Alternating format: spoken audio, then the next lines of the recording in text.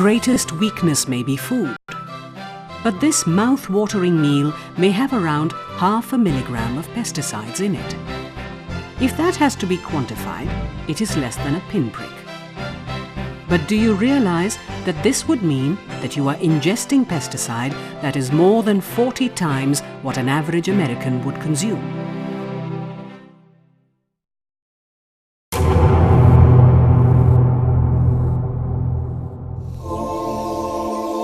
All pesticides are lethal poisons.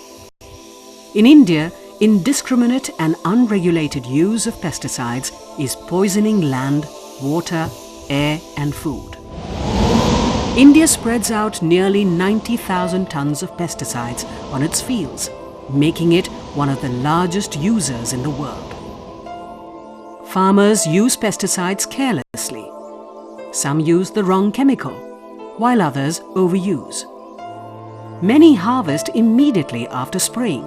That is why there are dangerous levels of pesticide in ladyfingers, tomatoes, cabbage and cauliflower.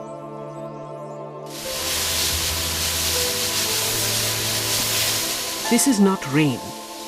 It is pesticides being sprayed on grape vineyards in Nasik.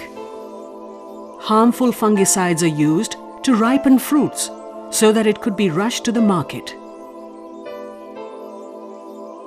If your cauliflower looks fresh and white, it is because it has been dipped in pesticide. Consumers would rather not buy the natural one, that is a pale yellow. Pesticide residues in vegetables, fruits, pulses, grains and water can cause numerous health complications like cancer, genetic defects and impotency. The toxins are here.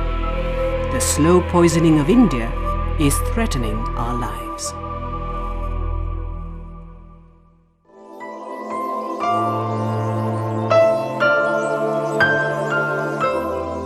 Welcome to Kerala, God's own country. Sometimes names can be really misleading. Take this area in Kasaragod. It is called Swarg. In Hindi and Malayalam, Swarg means heaven. Nothing could be more ironical. For those in Swarg, this is no heaven, as it is plagued by disease and tragedy.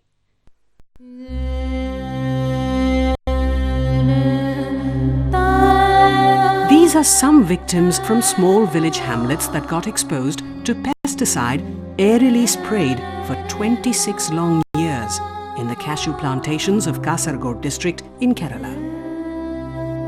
Many of them got paralyzed or are seriously ill. Swarg and other areas like Padre, Mulayar and Bellur in Kasaragod district of Kerala have become living examples of how the poison in pesticides could be lethal to our health when used excessively and carelessly.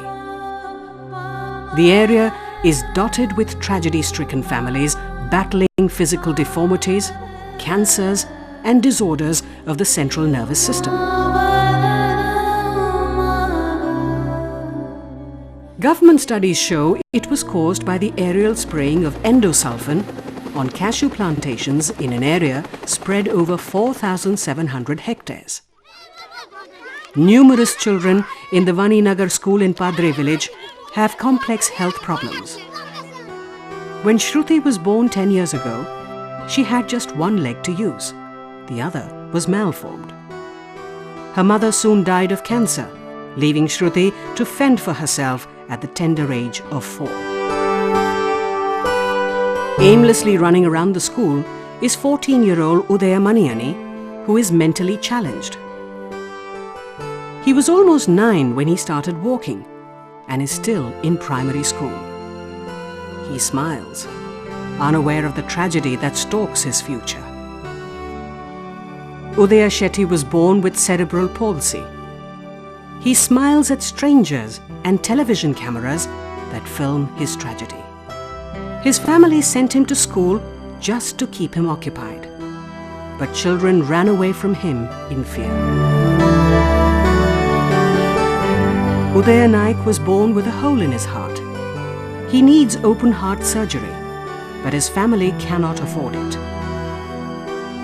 Shruti tries to make the best of her life with an artificial leg, but others are not so lucky. Government studies show that the spraying of endosulfan pesticide on the cashew plantations had affected the health of the villagers.